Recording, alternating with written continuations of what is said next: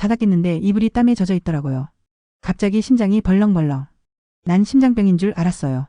내가 왜 이러지? 미친 건가 싶었어요. 갑자기 식은땀? 그게 시작이었어요. 아무도 갱년기가 이렇게 오는 줄은 안 가르쳐줬어요. 혹시 요즘 자다가 식은땀에 벌떡 깨신 적 있으세요? 괜히 예민해지고 멍해지고 기억이 자꾸 날아가요? 그런데 병원에서 괜찮다고 하죠. 그래서 더 불안하신가요? 잠깐만요. 그거 초기 갱년기 증상일 수 있습니다. 모르면 놓쳐요. 알고 나면 아 그때 그게 갱년기였구나 하고 무릎치게 되실 거예요. 오늘 영상 지금 바로 확인하지 않으면 당신은 이미 몸에서 보내는 신호를 계속 놓치고 있을지도 몰라요. 그리고 그건 더 큰 증상으로 이어질 수도 있습니다. 오늘은요, 우리가 흔히 놓치기 쉬운 갱년기의 5가지 주요 증상에 대해 정말 편안하게 우리끼리 얘기 나눠보려 해요. 혹시 지금 겪고 계신 분들도 아직 아닌 것 같다는 분들도 이 영상 하나로 딱 감이 오실 거예요. 일부 그게 갱년기였어. 놓치기 쉬운 신호들. 증상 첫 번째. 자다가 땀 범벅. 이거 뭐야? 새벽에 갑자기 눈이 번쩍 떠졌어요. 근데 이불이 땀에 젖어 있더라고요. 창문을 열어도 선풍기를 틀어도 도무지 시원하지 않아요. 그때는 에어컨 안 틀고 자서 그런가? 하고 넘겼는데 이게 갱년기의 시작이었어요. 이 증상 야간 발한이라고 해요. 안면홍조와 함께 갱년기의 대표적인 초기 신호예요. 그런데 많은 분들이 그냥 더위 때문인가? 하고 지나쳐요. 혹시 최근에 이런 경험 있으셨다면 지금 바로 메모해 두세요. 어젯밤에도 땀이 많았지? 이런 기억 하나하나가 중요한 힌트가 됩니다.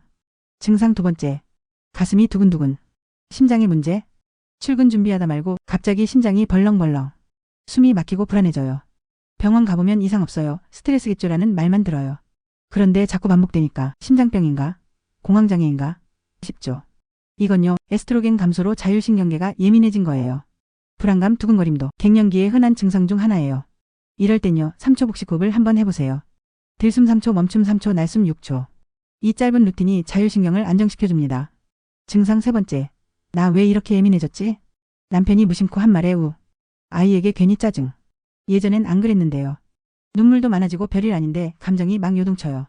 이건요, 감정 조절을 하던 호르몬이 줄어들면서 생기는 변화예요. 마치 내 안에서 나랑 따로 노는 또 하나의 내가 생긴 것 같은 느낌. 이럴 땐 꼭 스스로에게 이렇게 말해보세요. 이건 내가 아니라 내 호르몬이 흔들리는 거야. 이 한마디가 마음을 훨씬 가볍게 해줄 거예요. 증상 네 번째. 깜빡깜빡. 나 치매 온 거 아냐? 아까 제가 말씀드렸던 놓치기 쉬운 증상. 기억나시죠? 바로 기억력 저하입니다. 근데 이게 치매랑 헷갈려서 너무 걱정하시는 분들이 많아요. 휴대폰을 냉장고에 넣어놨더라고요. 찾느라 30분을 뒤졌어요. 사람 이름이 기억 안 나고 단어가 안 떠올라요. 말하다가 그거 있잖아 하게 되는 순간들. 기억력 저하, 집중력 감소. 이것도 갱년기의 흔한 신호입니다. 치매가 아니라 호르몬 변화로 생기는 일시적인 증상이에요. 불안해하지 말고 증상 노트를 시작해보세요. 오늘도 단어가 안 떠오름. 오전에 심했음. 이렇게 적는 습관 나중에 병원 가면 정말 큰 도움이 돼요. 증상 5. 하루 종일 피곤하고 무기력해요. 자고 일어나도 개운하지 않고 아무것도 하기 싫어요. 그냥 멍하게 하루가 흘러가요. 전에 하던 취미도 손에 안 잡히고 가끔은 나 왜 이렇게 살아야 하지 싶은 생각까지. 이건요, 우울감이 아니라 갱년기 무기력증일 수 있어요. 호르몬 변화로 인해 뇌의 활력회로 자체가 약해진 상태거든요. 이럴 때 강한 의욕보다도 작은 행동이 필요해요. 양말 정리, 싱크대 닦기, 걷기 5분. 작은 성취가 내 기분을 조금씩 회복시켜줍니다. 자, 여기까지 이야기 들으시면서 나 이거 다 겪고 있는데? 하신 분도 계실 거예요. 그런데 병원에선 이상 없다니까 더 불안하셨죠? 괜찮아요. 지금부터는 왜 이런 증상이 생기는지 그리고 어떻게 관리하면 좋을지 2부에서 하나하나 알려드릴게요. 스크롤 넘기지 마시고요. 정말 중요한 이야기입니다. 혹시 지금 소개한 증상 중 나도 이랬는데? 싶은 거 있었나요? 댓글에 숫자만 남겨주세요. 2부. 왜 이런 증상이 생길까? 왜 나한테 이런 일이 생기는 걸까요? 마음의 문제일까요? 아니면 진짜 몸에 이상이 온 걸까요? 이 질문 한 번쯤 해보셨을 거예요. 오늘은 그 답을 속 시원하게 알려드립니다. 갱년기 증상 그 시작은 단 하나. 호르몬 변화입니다. 첫 번째. 에스트로겐 도대체 왜 줄어드는 거예요?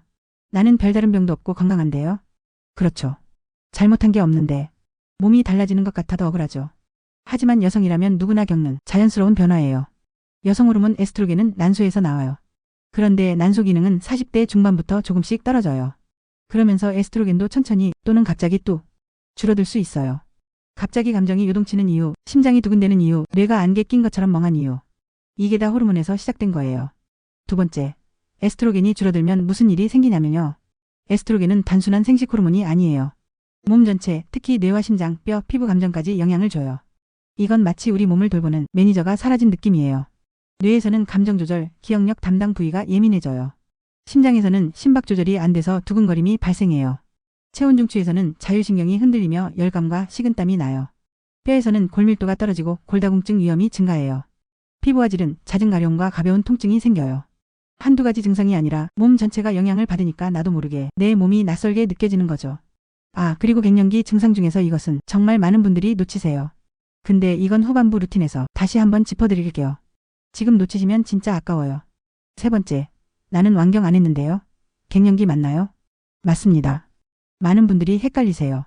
갱년기는 호르몬이 불규칙하게 바뀌는 전체 과정을 말해요. 폐경은 마지막 생리 이후 12개월 이상 생리가 없는 상태예요. 즉, 폐경 전에도 증상은 이미 시작될 수 있어요.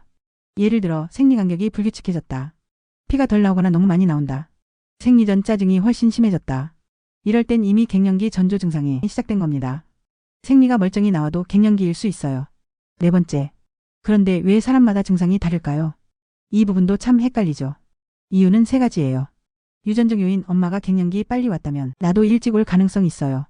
스트레스와 수면 상태, 호르몬 균형을 더 불안정하게 만들어요. 건강 상태, 갑상선, 당뇨, 체중 등이 영향을 줍니다. 같은 갱년기라도 누구는 땀이 많고 누구는 우울감이 심한 이유가 여기에 있어요. 다섯 번째. 그럼 도대체 나는 지금 어디쯤인 걸까요? 이게 가장 많이 듣는 질문이에요. 아주 간단한 체크법이 있어요. 갱년기 3단계. 1단계. 초기 전조기 40대 후반부터 올 수 있어요. 생리는 계속되지만 불규칙. 감정 변화, 피로감, 생리 전 증상 심화. 2단계. 폐경기 생리 멈춤 전후 1에서 2년. 땀, 열감, 감정 기복, 피부 건조, 질 불편감 심해짐. 3단계. 폐경 후 안정기 생리 안 멈춘 지 1년 이상. 증상은 서서히 줄지만 뼈혈관 피부 노화 시작됨. 지금 내 증상이 어느 단계에 있는지 아는 것만으로도 마음이 훨씬 편해집니다. 이 모든 변화는 내가 잘못해서 생긴 것이 아니에요. 자연스러운 몸의 흐름이에요. 그런데 그 흐름을 제대로 이해하고 내 몸에 맞는 루틴을 만들기 시작하면 지금보다 훨씬 편안한 갱년기를 보낼 수 있어요. 바로 다음 3부에서 실제로 꿀잠 자고 기분도 회복한 루틴과 사례들 보여드릴게요. 진짜 꿀팁은 지금부터입니다. 놓치지 마세요. 3부. 증상이 올 때 가장 먼저 해야 할 3가지. 첫 번째. 이게 갱년기일 수 있다는 걸 받아들이기. 숨기거나 부끄러워할 일이 아니에요. 이건 병이 아니라 지나가는 자연스러운 시기입니다. 두 번째. 나만의 증상 노트 만들기. 언제부터 어떤 증상이 나타났는지, 어떤 날이 더 심한지, 어떤 음식 활동과 연관이 있는지, 이걸 메모해두면 병원에서도 훨씬 정확하게 상담받을 수 있어요. 세 번째. 비교하지 않기. 어머, 누구는 갱년기 안 겪고 지나갔대. 그 말에 너무 상처받지 마세요. 우리 몸은 다 달라요. 누구의 몸도 정답은 아니에요. 4부. 갱년기 관리 루틴 5가지. 갱년기 증상이 왔을 때 약은 좀 부담스럽고 일단 내 힘으로 해볼 수는 없을까? 저도 그랬어요. 그래서 제가 직접 3일 동안 루틴을 만들어서 실천해봤습니다. 그랬더니 놀랍게도 잠드는 시간이 앞당겨지고 가슴 두근거림도 눈에 띄게 줄었어요. 지금부터 제가 실천한 갱년기 루틴 5가지 하나씩 알려드릴게요. 첫 번째. 따뜻한 물 샤워. 수면 유도 루틴. 저는 밤에 샤워를 좀 대충 하던 스타일이었거든요. 근데 따뜻한 물로 천천히 10분 정도 샤워하고 나오니까 몸이 슬슬 풀리는 느낌이 확 오더라고요. 샤워 후에 양말 신고 침대에 누웠는데 그날은 정말 오랜만에 뒤척이지 않고 스르륵 잠들었어요. 체온이 서서히 떨어지면 수면 유도 호르몬이 잘 분비된다고 해요. 작은 습관이지만 효과는 크더라고요. 두 번째. 하루 20분 햇볕 산책. 기분 안정 루틴. 그 다음은 산책이에요. 낮 11시에서 오후 3시 사이 햇볕 받을 수 있을 때 일부러 나갔어요. 걷는 도중에 왜 이렇게 마음이 가라앉지? 싶었던 날에도 걷고 나면 기분이 확 달라져요. 햇볕 받으면 세로토닌이라는 호르몬이 나와서 기분을 안정시키고 불안감도 줄여준대요. 그리고 걷는 동안 심박수도 서서히 안정되니까 그날 저녁엔 좀 더 평온하게 잠들 수 있었어요.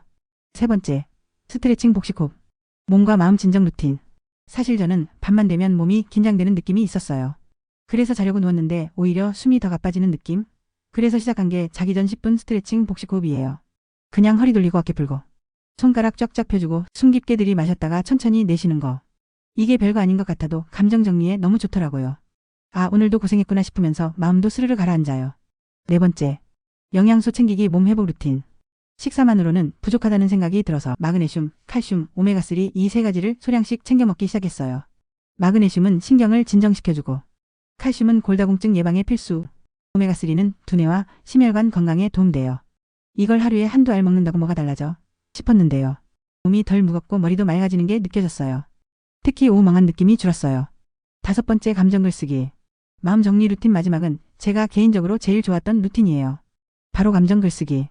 처음엔 그냥 오늘 힘들었다 이렇게 쓰기 시작했는데 쓰다 보니까 내가 왜 힘들었는지 뭘 놓치고 있는지 조금씩 보이기 시작하더라고요. 오늘 나는 이랬구나. 단 한 줄이라도 써보세요.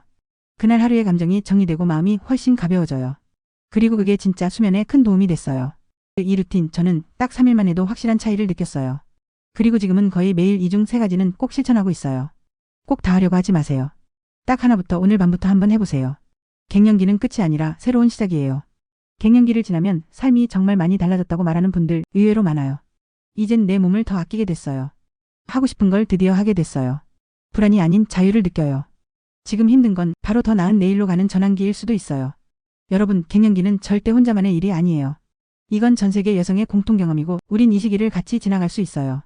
혹시 오늘 이야기 들으면서 아, 나도 그랬어 싶은 부분 있으셨어요? 댓글에 남겨주세요. 당신의 이야기 하나가 또 다른 누군가에겐 큰 위로가 될 수 있어요. 그리고요, 다음 영상에서는 갱년기의 좋은 점 소개해 드릴 거예요. 갱년기가 불행이 아닌 새로운 시작이라는 정보 궁금하지 않으세요? 꼭 함께 해주세요. 구독과 알림 설정 꼭 눌러두시고요. 갱년기 약 먹어야 할까요? 생활 습관만으로도 괜찮을까요? 여러분의 생각을 댓글로 나눠주세요.